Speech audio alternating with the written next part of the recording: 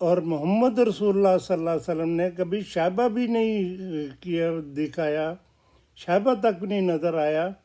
کہ انہوں نے کسی آیت کو منسوخ قرار دے دیا ہو۔ کوئی حدیث ایسی نہیں جس میں یہ ثابت ہو سکے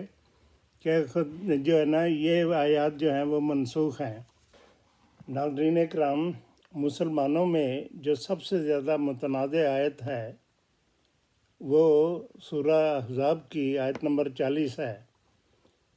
جس میں اللہ تعالیٰ فرماتا ہے ما کانا محمد ابا احد من رجالکم ولیکن رسول اللہ و خاتم النبیین، یعنی یہ بتایا کہ محمد رسول اللہ تم میں سے کسی مرد کے باپ نہیں، یہ ایک منفی پہلو ہے، اور لیکن کے بعد ہمیشہ اس شخص کا جو ہے وہ اعلیٰ مرتبہ بیان کیا جاتا ہے، اور یہاں بھی یہی ہوا ہے کہ وہ کسی مرد کے باپ نہیں تم میں سے، لیکن وہ رسول ہیں جو یا تمام ماننے والوں کا باپ ہوتا ہے، اور نہ صرف وہ مسلمانوں کا باپ ہے، وہ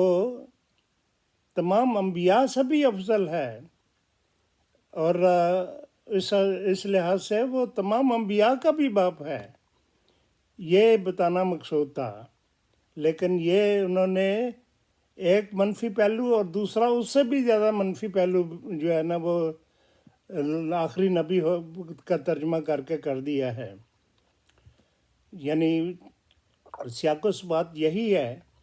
کہ اگر ایک منفی پہلو ہو تو دوسرے پہلو میں اس کی اعلیٰ صفات بیان کی جاتی ہیں، جیسے یہ کہا جائے کہ یہ شخص جو ہے یہ ان پڑھ ہے لیکن باتیں بڑی حکمت کی کرتا ہے۔ یہاں یہ نہیں کہہ سکتے کہ یہ آدمی ان پڑھ ہے لیکن باتیں بھی جاہلوں والی کرتا ہے، یہ تو نہیں ہو سکتا۔ تو لیکن کر کے یہ بتانا چاہتے ہیں کہ یہ اس میں یہ صفت ہے۔ اسی طرح دوسری مثال یہ ہے کہ اگر یہ کہا جائے کہ سائنسدان آئنسٹائن جو ہے وہ کسی یونیورسٹی سے نہیں پڑھا، ایک منفی پہلو ہے، لیکن یہ اس کے بعد لیکن کہہ کے یہ اگر کہا جائے کہ وہ 20ویں صدی کا سب سے بڑا سائنسدان تھا تو یہ اس کی مدح ہوگی۔ پہلا منفی پہلو بتا کے دوسرا بہترین پہلو جو ہے وہ بتا دیا۔ لیکن اگر یہ کہا جائے کہ سائنسدان آئنسٹائن جو تھا وہ کسی یونیورسٹی سے نہیں پڑھا تھا، لیکن وہ اس کے بعد اب کوئی سائنسدان پیدا ہو ہی نہیں سکتا، اور اس نے آ کر سائنسدانوں کا خاتمہ کر دیا ہے، اب کوئی سائنسدان جو ہے وہ اس کے مرتبے کا ہو ہی نہیں سکتا۔ یہ منفی پہلو، دونوں منفی پہلو اکٹھے کر دیے گئے ہیں۔ جب انہوں نے خاتم النبیین کا ترجمہ آخری نبی کر دیا تو اس سے ایک اور کنڈیرا باکس کھل گیا، کیونکہ جب نبی نہیں رہا، نبی کی ضرورت نہیں رہا، تو انہوں نے کسی وحی کا بھی انکار کر دیا۔ حالانکہ میں بتا چکا ہوں کہ سورہ بقرہ کے شروع میں ہی متقیوں کا جو ذکر کیا گیا ہے اس میں یہ بھی کہا گیا ہے کہ وہ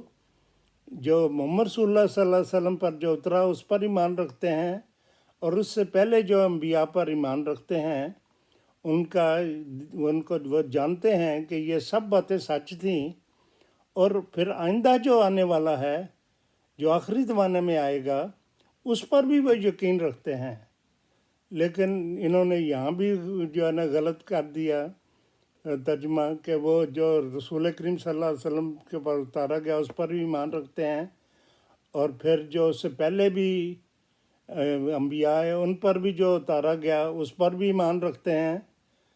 اور پھر کہا کہ اس وجہ سے وہ آخرت پر بھی ایمان رکھتے، یقین رکھتے ہیں۔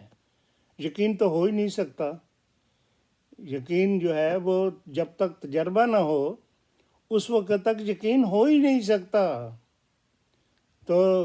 یوم جزا سزا کا تو کسی کو تجربہ نہیں ہے، کوئی شخص بھی نہیں۔ تو ان پر یقین کیسے ہو سکتا ہے؟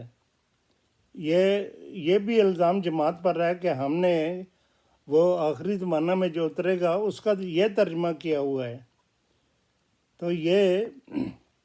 ایک پنڈورا باکس کھول گیا ہے اس ترجمہ سے کہ محمد صلی اللہ صلی اللہ علیہ وسلم آخری نبی ہیں. اس سے بہت سی اور آیات جو ہیں وہ اب اس ترجمہ کرنے سے وہ بھی منسوخ ہو گئی ہیں، اور یہ لوگ اس کا بھی اظہار کرتے ہیں کہ اب یہ منسوخ ہو چکی ہیں. وہ کون سی آیات ہیں اس کا میں آئندہ جو ہے نا ایپیسوڈ اس میں ان کا ذکر کروں گا کہ وہ کس طرح جو ہے وہ ان سب کو جو ہے وہ منسوخ کرتے ہیں. میں اسی پر اتفاق کرتے ہوئے آپ سے اجازت چاہتا ہوں. السلام علیکم.